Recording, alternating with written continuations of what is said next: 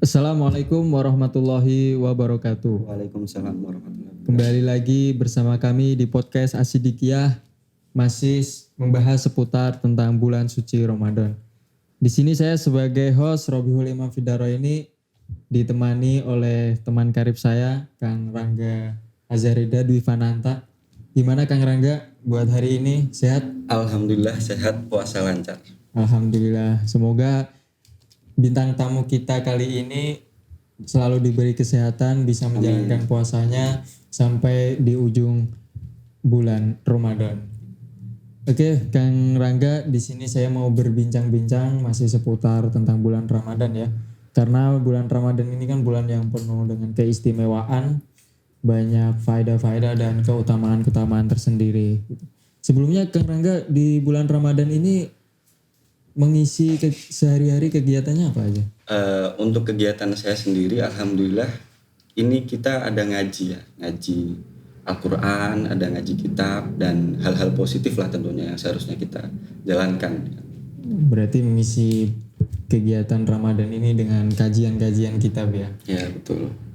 Terus saya mau nanya sebelumnya Kang Rangga, jadi ada problematika di kalangan masyarakat kita atau di kalangan pesantren aja lah ya, di kalangan kita. Ada yang merasa di bulan puasa ini banyak yang mengeluh. Baik itu faktornya secara internal ataupun eksternal ya. Contohnya gini, pada siang hari ya, siang hari cuaca panas, terus ngerasa ngeluh, ya Allah ini nggak buka-buka, jadi selalu ngarepin cepet buka, terus pengen batal puasanya gitu. Ya mungkin karena tidak dilandasi dengan niat yang benar gitu.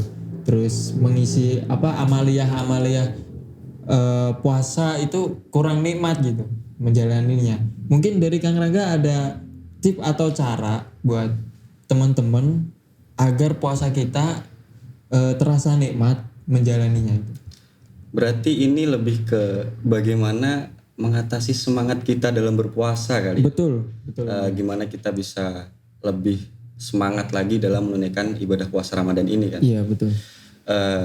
Saya jadi ingat dalam kitab Maqasidus Shaum karya Imam Izzuddin Abdissalam As-Sulami, beliau menjelaskan bahwasanya ada 7 poin faedah berpuasa di bulan Ramadan, Kang Robi.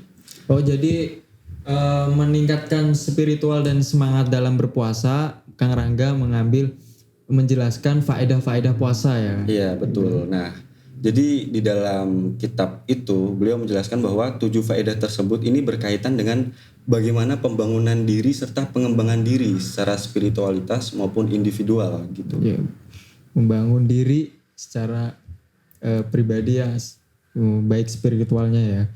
Itu boleh dijelaskan Kang Rangga poin-poinnya tadi?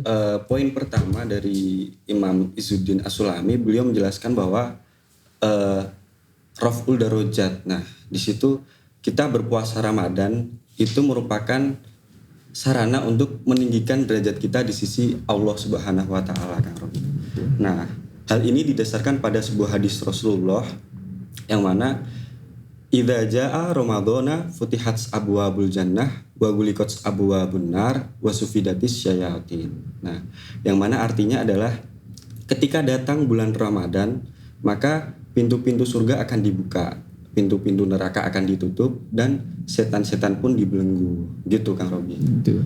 Tapi tidak menutup kemungkinan ya Kang, meskipun pintu surga dibuka, neraka ditutup dan setan dibelenggu, kita terhindar dari ini ya, dari godaan-godaan itu. Ya. Pasti godaan ketika kita puasa ada pasti ya. Nah, tetap ada. Tergantung kitanya ya. Nah, jadi untuk penjelasannya sendiri seperti ini Kang.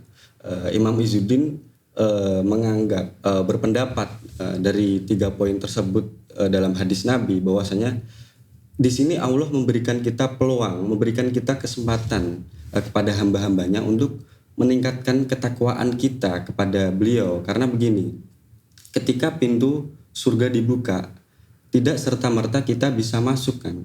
Akan tetapi di sini kita harus berusaha, harus menambah spirit, menambah semangat kita dalam beribadah. Nah, apalagi di situ dijelaskan di poin kedua dan ketiga bahwasanya pintu neraka ditutup dan setan-setan pun dibelenggu. Otomatis hal-hal yang kita jalankan di bulan Ramadan ini itu merupakan murni dari sisi diri kita sendiri, bukan dari bisikan setan. Nah, maka dari itu peluang yang mana diberikan oleh Allah ini seharusnya kita manfaatkan secara masif kan. Gitu Kang Rob. Betul, berarti nggak instan masuk surga itu ya. Betul. Apalagi di bulan ini kan godaannya banyak. Kalau kita nggak melandasi puasa ini dengan ketakwaan, kesabaran, itu mungkin saja ya putus di tengah jalan. Nah, betul. Terus untuk poin yang kedua, Untuk poin kedua, Imam Izzuddin menjelaskan bahwa takfirul khotiat atau menghapus kesalahan-kesalahan yang telah lalu. Nah, di sini juga disandarkan pada hadis Rasulullah, man shoma Ramadana imanan wahtisaban ghufira lahu ma taqaddama min dzambihi. Nah, barang siapa berpuasa di bulan Ramadan dengan iman, dengan meminta imbalan kepada Allah, maka akan diampunilah dosa-dosanya yang telah lalu. betul. Berarti satu hari puasa dosa kita yang telah lalu dihapus gitu ya. Jadi dalam penjelasan berikutnya beliau mengatakan bahwasanya di sini kita dengan catatan imanan, yaitu meyakini bahwa puasa Ramadan yang kita jalankan ini benar-benar wajib bagi kita kan begitu. Iya, Serta wahtisaban dan meminta imbalan. Nah, ini yang menarik dari Imam Izzuddin nih Kang. Ketika kita meminta imbalan kepada Allah, kepada Rabb, itu merupakan suatu bentuk penyerahan diri, suatu bentuk menyatakan bahwa kelemahan kita di hadapan Tuhan, di hadapan Allah berbeda dengan ketika kita meminta imbalan kepada sesama makhluk, yang mana itu merupakan suatu bentuk ketidaktulusan kan begitu. Berarti orang meminta imbalan berarti kan harus ada usaha sebelumnya ya kan. Iya. Yang menarik di poin nomor 2 ini, kita tadi kan katanya satu hari puasa dosa kita diampuni ya. Tapi kesalahan kita kadang ya mengkalkulasikan kegiatan kita sehari-hari, kegiatan yang baik seperti puasa. Oh, saya puasa satu hari ini berarti dosa saya yang sebelumnya dihapus. Itu dikalkulasi selama 30 hari, berarti berapa kali dosa saya dihapus ya. Iya, padahal bukan seperti itu. Padahal itu dijelaskan bahwasanya dosa-dosa yang lalu itu dosa-dosa yang mana ya Allah yang tahu kan sebenarnya. Iya, betul. Karena kita kan nggak bagian dosa, bagian pahala gitu. Terus poin yang ketiga? Untuk poin yang ketiga, Imam Izzuddin menjelaskan bahwa puasa itu kasrus syahwat atau dapat mengendalikan syahwat. Jadi di sini kita berpuasa di bulan Ramadan juga sebagai sarana atau ajang untuk berlatih mengendalikan syahwat kita. Nah, dimulai dari kita dari siang kan, dari pagi sampai malam kan kita menjaga atau menahan lapar, menjaga agar tidak makan gitu kan Kang Robi, dimulai dari itu, mulai makan dan minum, serta menjaga agar tidak berhubungan dengan istri kan begitu Kang Robi. Jadi ada sebuah dalil itu hadis Rasulullah, ya ma'syara syabab man istata al ba'ata falyatazawwaj fa innahu a'addu lil basar wa ahsanu lil farji faman lam yastati wa man lam yastati fa alaihi bisawm fa innahu lahu wija gitu. Nah, jadi di situ dijelaskan bahwa barang siapa, wahai para pemuda, barang siapa yang kalian mampu menikah maka menikahlah. Nah, karena sesungguhnya menikah itu bisa menundukkan pandangan dan menjaga kemaluan. Nah, barang siapa yang kalian belum mampu menikah maka berpuasalah, karena sesungguhnya puasa itu sebagai pengendali syahwat. Berarti puasa kali ini karena enggak ikhlas ya, ikhlas menjalani, bukan karena nggak kuat belum nikah atau gimana ya? Iya, harus ikhlas. Ya karena kita posisinya di pesantren, mungkin insya Allah untuk menahan hal-hal tersebut, insya Allah kita bisa lah ya. Berarti puasa kita tetap dengan niat yang baik dan lurus gitu ya. Terus poin yang keempat selanjutnya. Untuk poin keempat ada taksirus sodakot. Nah, taksirus sodakot ini adalah kita berpuasa bisa menimbulkan rasa untuk memperbanyak sedekah atau bisa menimbulkan sifat dermawan bagi diri kita gitu Kang Robi. Berarti ini akibatnya bukan hanya untuk personal ya, orang yang berpuasa, tapi lebih ke sosialnya juga merasakan ya. Betul sekali. Jadi seperti ini. Ketika kita berpuasa, otomatis kan kita menahan bagaimana hebatnya rasa lapar seharian penuh. Iya betul. Bagaimana rasa. Apalagi nggak sahur ya. Itu. Apalagi santri-santri seperti kita itu kan biasa nggak sahur ya. Sahur lupa gitu. Serta begini, ketika kita menahan lapar seharian, kita jadi merasakan bagaimana hebatnya orang-orang di luar sana yang susah mencari makan, apalagi tidak memiliki bahan-bahan untuk makan, itu kan lebih berat lagi kan.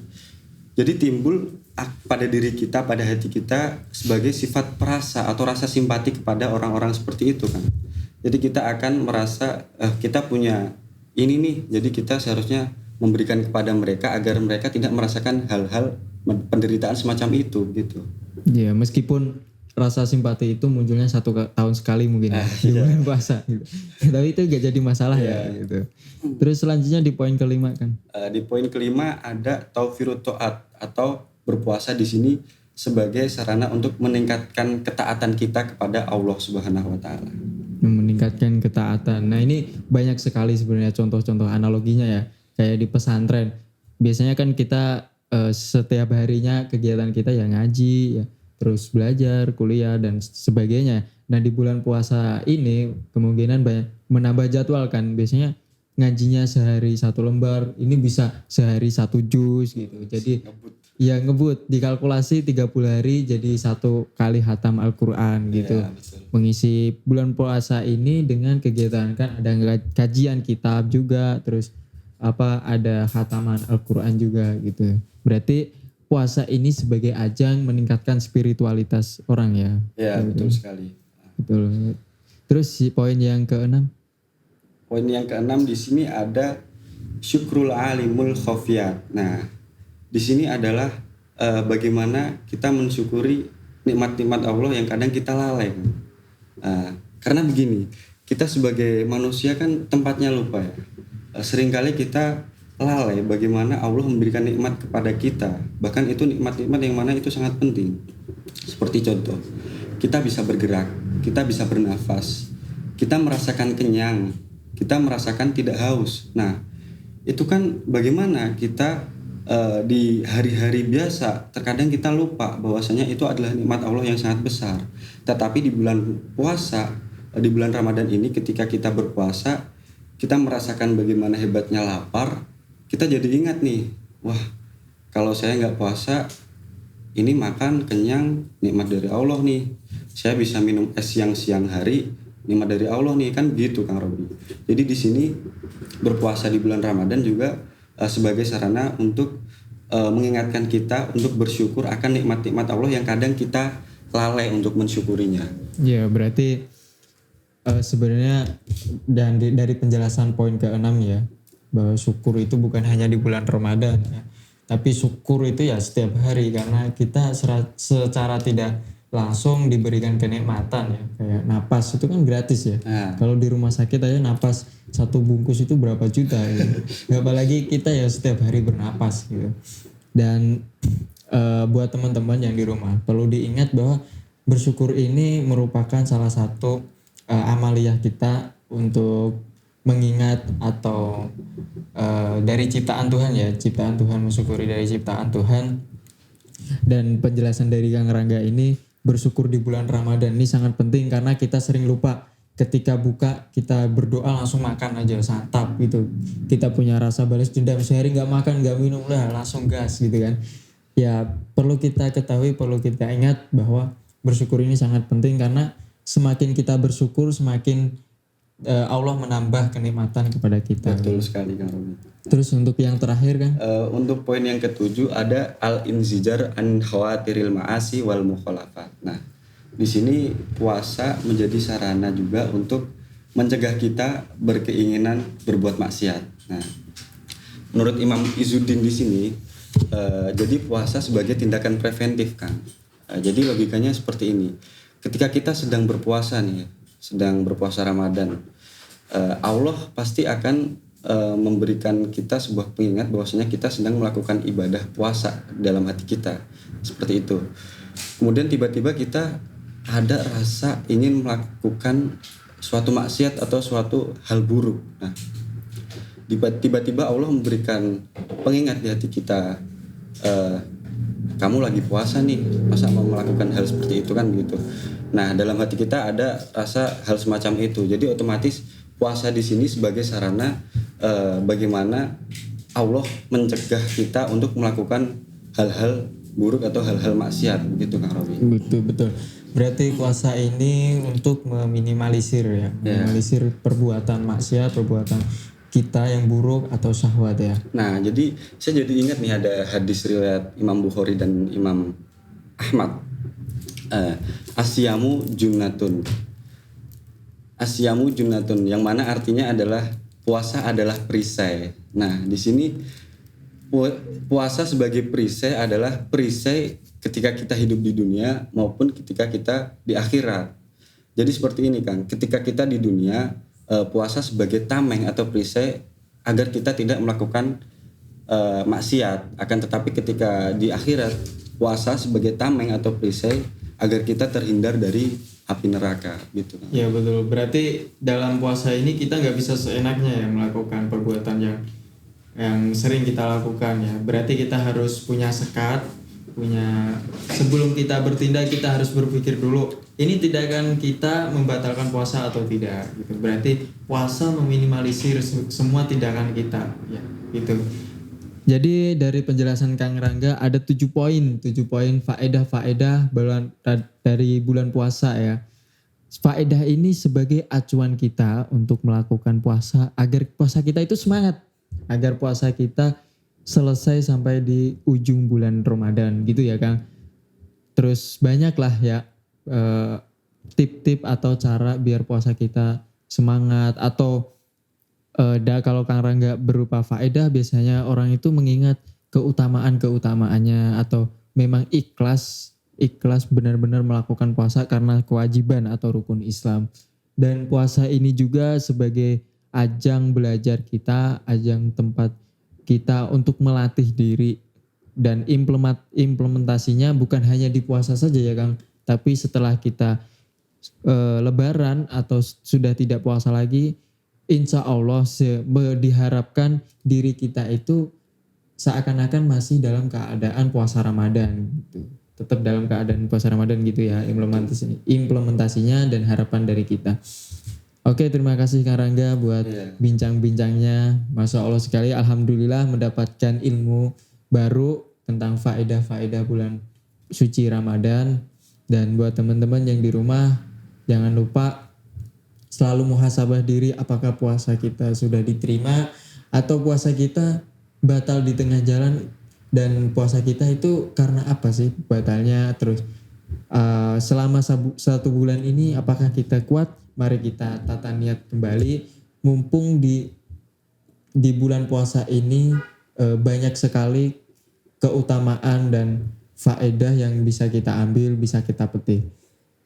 Terima kasih buat Kang Rangga.